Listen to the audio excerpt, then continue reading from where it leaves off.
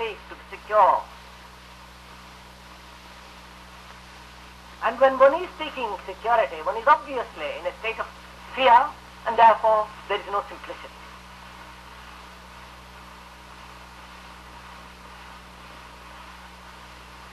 And without being simple, one cannot be sensitive to the trees, to the birds, to the mountains, to the wind, outward, to all the things that are going on about us in the world.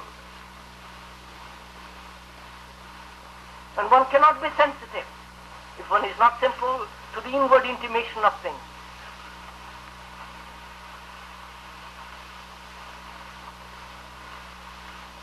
Because most of us live so superficially on the upper level of our consciousness. There we may, if we at all are religious, we try to make it or thoughtful or intelligent, which is synonymous with being religious. There we make our mind simple through compulsion, through discipline. But that's not simplicity. Therefore, when we force the upper mind to be simple, mere compulsion only hardens the mind, does not make the mind supple, clear, quick.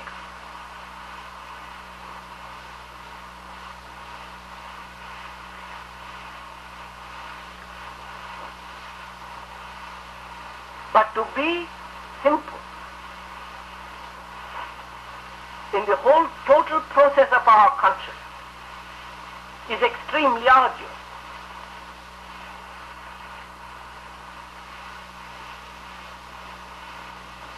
Because there must be no inward reserve. There must be an eagerness to find out, to inquire into the process of our being, which means be aware to every intimation, to every hint, to be aware of our fears, of our hopes, and to investigate and to be free of it more and more and more and more.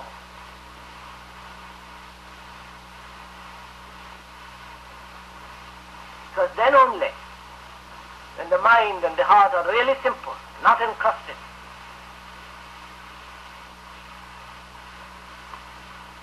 then one is able to solve the many problems that confront us.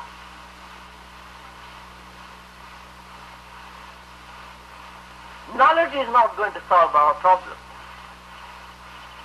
You may know, for example, factually that there is reincarnation, that there is a continuity after death. You may, I don't say you will, or you may be convinced of, but that doesn't solve the problem. This is not merely shelved by your theory or by information. It's much more mysterious, much more deep, much more creative than that.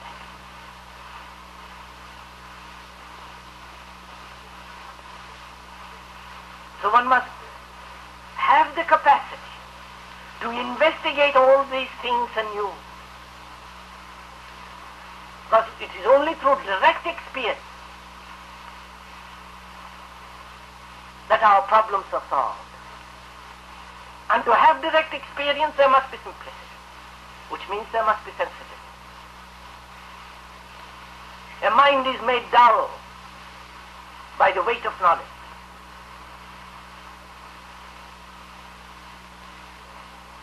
A mind is made dull by the past, by the future.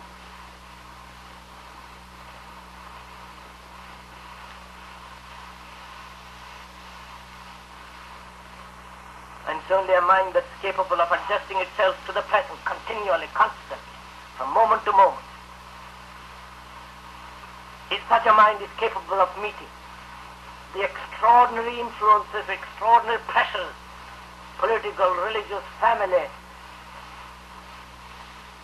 that are constantly being hurled at us.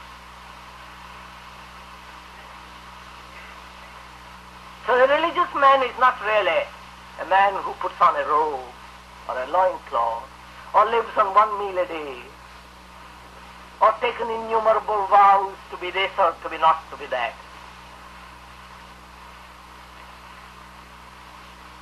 But it is he who is inwardly simple, which means he is not becoming any.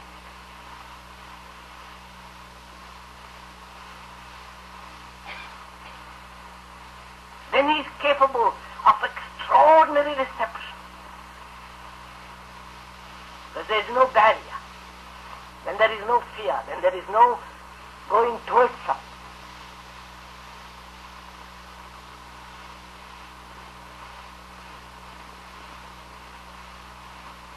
Then such a mind is capable of receiving. Call it what you will, grace or God or truth or what you like. But a mind that is pursuing reality is not a simple mind. A mind that is seeking out, searching, groping, agitating is not a simple mind. A mind that conforms to any pattern of authority, inward or outward, cannot be sensitive. And it's only when a mind is really sensitive, alert, aware to all its own happenings, responses, thoughts, then it is sensitive enough, which means it's no longer becoming, it's no longer shaping itself to be something. Only then it's capable of receiving that which is true. It's only then that there can be happiness. For happiness is not an end. It is the result of reality.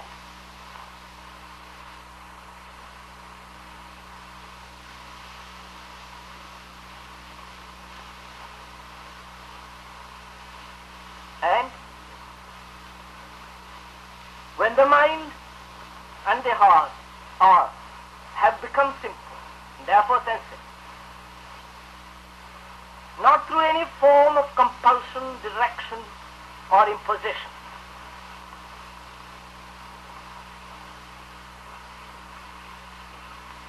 then we will see our problems can be tackled very simply. However complex our problems are, then we will be able to approach them anew and see them differently. Because that's what's wanted, is it not, the present time? People who are capable of meeting this outward confusion, turmoil and antagonism anew, creatively, simply. Not with theories, not with formulas, whether of the left or of the right, but who are capable of meeting it anew. And you cannot meet it anew if you are not simple.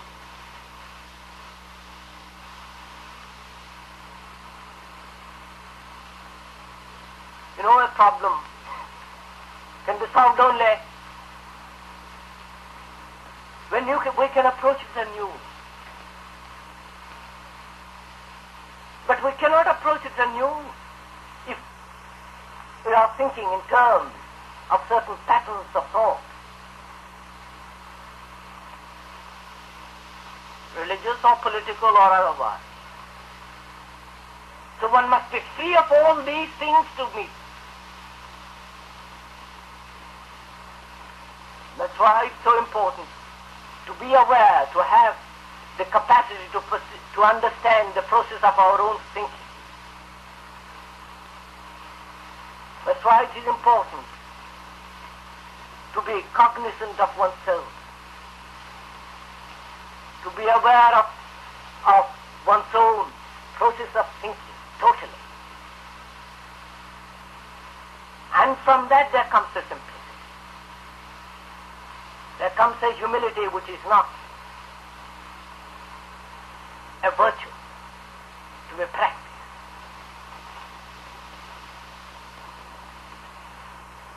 Humility that is gained, it ceases to be humility. A mind that makes itself humble is no longer a humble mind.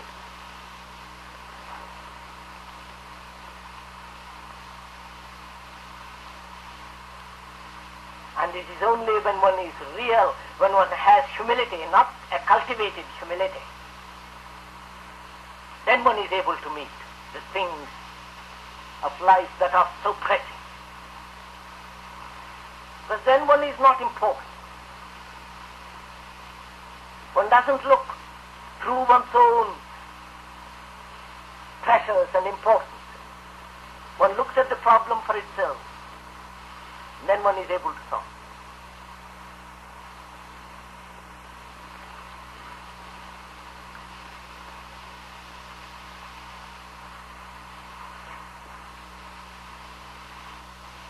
I have been a member of various religious organizations, but you have destroyed them all.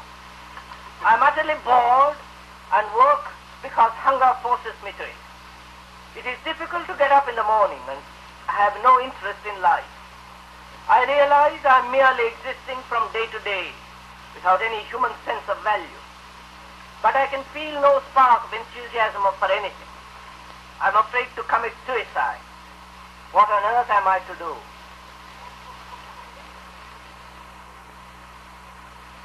I have been a member of various religious organizations, but you have destroyed them all. I am utterly bored and work because hunger forces me to it. It is difficult to get up in the morning and I have no interest in life. I realize I am merely existing from day to day without any human sense of value. But I can feel no spark of enthusiasm for anything. I am afraid to commit suicide. What on earth am I to do?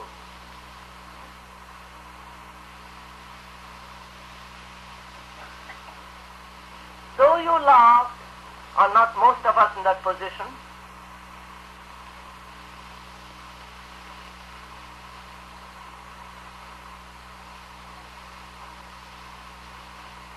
Though you may still belong to many organizations, religious and political and otherwise, or you may have given them up, is there not the same inward despair?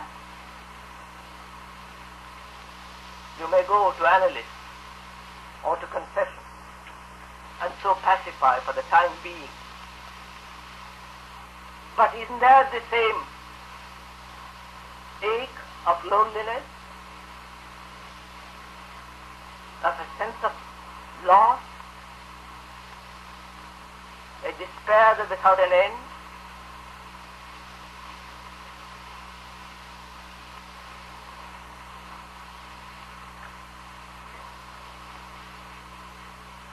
Joining organizations, going to various forms of amusement, or being addicted to knowledge, performing daily rituals and all the rest of it, does offer an escape from ourselves.